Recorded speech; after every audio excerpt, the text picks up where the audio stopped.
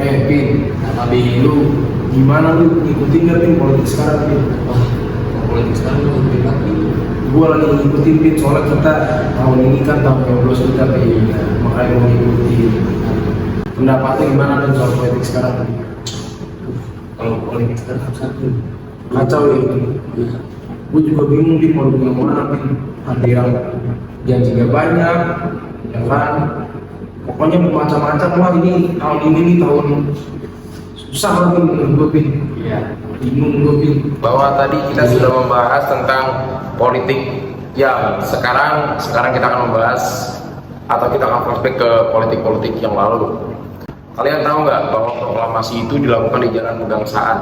Ya itu betul, tetapi mari kita ulas lebih dalam kembali bahwa proklamasi itu dilakukan di lapangan Ikada, tetapi dipindahkan ke Jalan Pegangsaan dikarenakan saat dilakukan proklamasi adanya gangguan dari tentara-tentara Jepang. Mengapa kita pindah ke Jalan Pegangsaan? Dikarenakan Jalan Pegangsaan itu kondusif dan keamanannya bisa dijaga dengan lebih baik. Kalian tahu nggak sih, ternyata banyak banget keunikan pada peristiwa teks pembacaan proklamasi. Yang pertama itu ternyata bendera merah putih itu pengen dikibarkan oleh Sunarsi karena Trimurti, tapi dia tuh menolak karena katanya dia tuh belum banyak jasa buat Indonesia, makanya dia mengusulkan untuk diganti. Oh gitu. Tapi aku juga mau ngasih tahu nih ke kamu dan kalian semua di sini. Jadi ternyata hasil teks dari proklamasi itu kan kita kan mendokumentasi hasil dari pembacaan naskah teks proklamasi. Nah, ternyata itu hampir disita sama Jepang loh hasil dokumentasinya itu, tapi ada fotografer yang namanya Franz Megur dan dia itu mengabadikan momen itu juga. Jadi dia itu simpan di bawah pohon kantor harian Asia Raja kalau nggak salah, dan itu dia itu jadinya agak ketahuan sama Jepang. Untung aja ketemu itu. Terus yang aku tahu juga ternyata tuh ada permintaan pembacaan ulang teks proklamasi karena kan kita tidak lokasi ya, akhirnya banyak tuh sekitar 100 anggota barisan yang ketinggalan karena mereka tuh harus jalan kaki dari lapangan Ikada ke Jalan Pegangsaan, jadinya mereka terlambat. Terus sampai sana mereka juga minta dibacain ulang kan, tapi ternyata ditolak, akhirnya cuma dikasih amanan singkat aja. Tapi kamu tahu nggak sih, ternyata bendera merah putih itu sebenarnya bukan pure bendera gitu loh. Jadi bukan bahan buat bendera itu. Jadi waktu awal kemerdekaan kita kayak buru-buru gitu buat ngibarin bendera.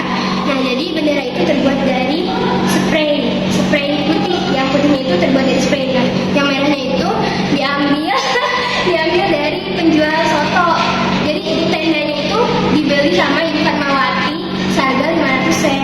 Jadi buat bendera. Jadi Bu Fatmawati jahit bendera pakai itu. Aku baru tahu loh itu ternyata dari soto. Ya.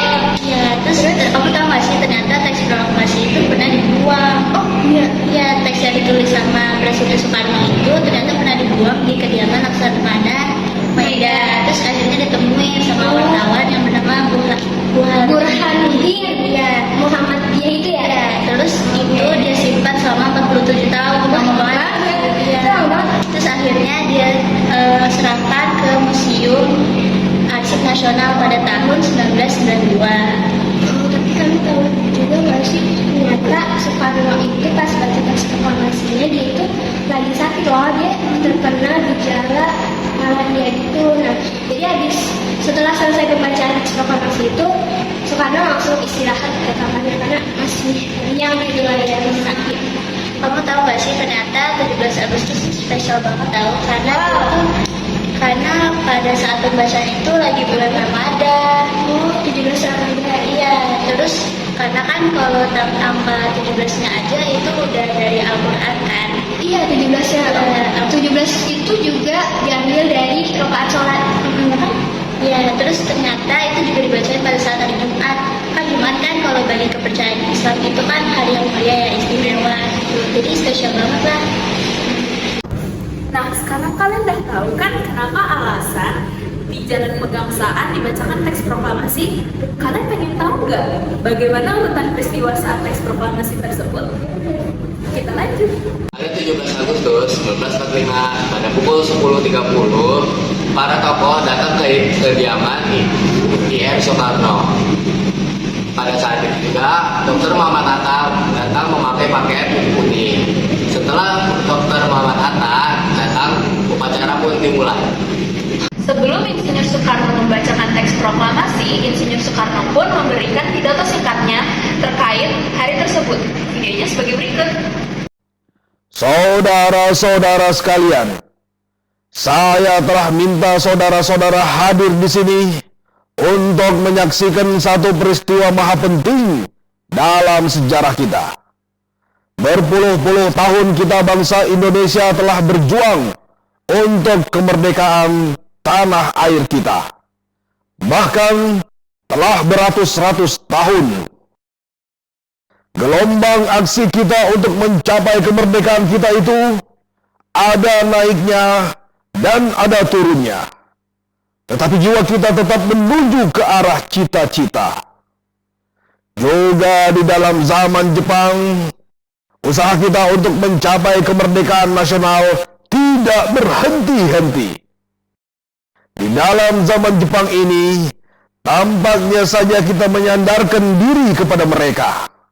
Tetapi pada hakikatnya, tetap kita menyusun tenaga kita sendiri. Tetap kita percaya kepada kekuatan sendiri. Sekarang, tibalah saatnya kita benar-benar mengambil nasib bangsa dan nasib tanah air di dalam tangan kita sendiri. Hanya bangsa yang berani mengambil nasib dalam tangan sendiri akan dapat berdiri dengan kuatnya. Maka kami tadi malam telah mengadakan musyawarah dengan pemuka-pemuka rakyat Indonesia dari seluruh Indonesia. Permusyawaratan itu seia sekata berpendapat bahwa sekaranglah datang saatnya untuk menyatakan kemerdekaan kita. Saudara-saudara, dengan ini kami nyatakan kebulatan tekad itu. Dengarlah proklamasi kami. Proklamasi kami, bangsa Indonesia, dengan ini menyatakan kemerdekaan Indonesia. Hal-hal yang mengenai pemindahan kekuasaan dan lain-lain diselenggarakan dengan cara saksama dan dalam tempo yang sesingkat-singkatnya. Jakarta, 17 Agustus 1945. Atas nama bangsa Indonesia, Soekarno Hatta. Demikianlah saudara-saudara, kita sekarang telah merdeka.